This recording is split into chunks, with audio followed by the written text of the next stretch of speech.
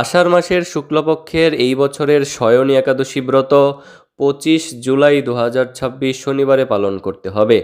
ভারত বাংলাদেশের সকল স্থানেই এই শয়ন একাদশী 25 জুলাই পালিত হবে, কিন্তু Brazil, Argentina, Chile, Peru, Mexico, Colombia, Guyana, Canada এবং যুক্তরাষ্ট্রের ক্যালিফোর্নিয়া, সান ফ্রান্সিসকো ব্যতীত অন্য সকল স্থানে এই শয়ন একাদশী 24 জুলাই শুক্রবারে পালন করতে হবে।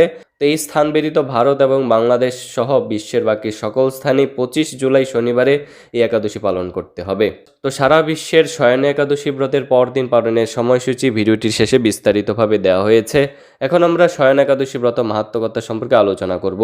মহারাজ যুধিষ্ঠির বললেন, হে কৃষ্ণ, আষাঢ় মাসের শুক্লপক্ষের একাদশীর নাম কি, এর মহিমাই বা কি, তা আমাকে কৃপা করে বলুন। শ্রীকৃষ্ণ বললেন, ব্রহ্মা এই একাদশী সম্পর্কে দেবর্ষি নারদকে যা বলেছিলেন, আমি সেই আশ্চর্যজনক কথা আপনাকে বলছি। শ্রী ব্রহ্মা বললেন, হে নারদ, এই সংসার একাদশীর মতো পবিত্র আর কোনো ব্রত নেই। সকল পাপ বিনাশের জন্য এই বিষ্ণুব্রত পালন করা একান্তই আবশ্যক। যে ব্যক্তি এই প্রকার পবিত্র পাপনাশক এবং সকল অভিষ্ট প্রদাতা একাদশী ব্রত না করে, তাকে নরকগামী হতে হয়।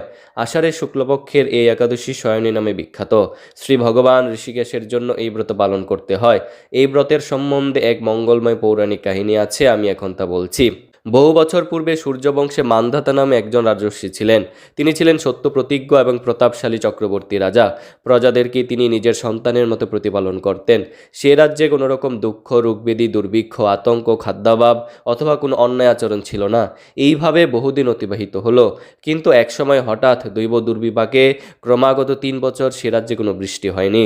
দুর্ভিক্ষের ফলে সেখানে দেবতাদের উদ্দেশ্যে দানমন্ত্রের সাহা সধা ইত্যাদি শব্দ বন্ধ হয়ে গেল। এমনকি বেদপাঠও ক্রমশ বন্ধ হলো। তখন প্রজারা রাজার কাছে এসে বলতে লাগলো, মহারাজ, দয়া করে আমাদের কথা শুনুন। শাস্ত্রে জলকে নার বলা হয়, আর সেই জলে ভগবানের অয়ন অর্থাৎ নিবাস। তাই ভগবানের এক নাম নারায়ণ। মেঘরূপে ভগবান বিষ্ণু সর্বত্র বাড়ি বর্ষণ করেন। সেই বৃষ্টি থেকে অন্ন এবং অন্ন খেয়ে প্রজাগণ জীবন ধারণ করেন। এখন সেই অন্নের অভাবে প্রজারা ক্ষয়প্রাপ্ত হচ্ছে। অতএব হে মহারাজ, আপনি এমন কোনো উপায় অবলম্বন করুন যাতে আপনার রাজ্যের শান্তি এবং কল্যাণ সাধন হয়। রাজা মান্ধাতা বললেন, তোমরা ঠিকই বলেছ। অন্ন থেকে প্রজার উদ্ভব, অন্ন থেকেই প্রজার পালন। তাই অন্নের অভাবে প্রজারা বিনষ্ট হয়, আবার রাজ্যের দোষেও রাজ্য নষ্ট হয়। আমি নিজের বুদ্ধিতে আমার নিজের কোনো দোষ খুঁজে পাচ্ছি না, তবুও প্রজাদের কল্যাণের জন্য আমি আপ্রাণ চেষ্টা করব। তারপর রাজা ব্রহ্মাকে প্রণাম করে সৈন্যসহ বনে গমন করলেন। সেখানে প্রধান প্রধান ঋষিদের আশ্রমে ভ্রমণ করলেন। এইভাবে একদিন তিনি ব্রহ্মার পুত্র মহাতেজস্বী অঙ্গিরা ঋষির সাক্ষাৎ লাভ করলেন। তাকে দর্শন মাত্রই রাজা মহানন্দে ঋষির চরণ বন্দনা করলেন। মুনিবর তাকে আশীর্বাদ ও কুশল প্রশ্ন জিজ্ঞাসা করলেন। রাজা তখন তার বনে আগমনের কারণ সব বিস্তারে ঋষির কাছে জানালেন। ঋষি অঙ্গিরা কিছু সময় ধ্যানস্থ থাকার পর বলতে লাগলেন, হে রাজন, এটি সত্য যুগ। এই যুগে সকল লোক বেদপরায়ণ এবং ব্রাহ্মণ ছাড়া অন্য কেউ তপস্যা করে না। এই নিয়ম থাকা সত্ত্বেও এক শূদ্র এ রাজ্যে তপস্যা করছে। তার এই অকার্যের জন্যই রাজ্যের এই দুর্দশা।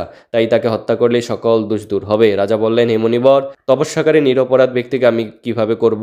আমার পক্ষে সহজসাধ্য অন্য কোনো উপায় থাকলে আপনি তা দয়া করে আমাকে বলুন। তদুত্তরে মহর্ষি অঙ্গিরা বললেন, আপনি আষাঢ় মাসের শুক্লপক্ষের শয়নী নামে প্রসিদ্ধ একাদশী ব্রত পালন করুন। এই ব্রতের প্রভাবে নিশ্চয়ই রাজ্যে বৃষ্টি হবে। এই একাদশী সর্বসিদ্ধিদাত্রী এবং সর্বোপদ্রব নাশকারিণী। হে রাজন, প্রজা ও পরিবারবর্গ সহ আপনি এই ব্রত পালন করুন। মুনিবরের কথা শুনে রাজা নিজের প্রাসাদে ফিরে এলেন। আষাঢ় মাস উপস্থিত হলে রাজ্যের সকল প্রজা রাজার সাথে এই একাদশী ব্রতের অনুষ্ঠান করলেন। ব্রত প্রভাবে প্রচুর বৃষ্টিপাত হলো। কিছুকালের মধ্যে অন্নভাব দূর হলো। ভগবান ঋষিকেশের কৃপায় প্রজাগণ সুখী হলো। এই কারণে সুখ মুক্তি প্রদানকারী এই উত্তম একাদশী ব্রত পালন করা সকলেরই অবশ্য কর্তব্য। ভবিষ্যত্তর পুরাণে যুধিষ্ঠির, শ্রীকৃষ্ণ তথা নারদ ব্রহ্মা সংবাদ রূপে একাদশীর মাহাত্ম্য বর্ণিত হয়েছে।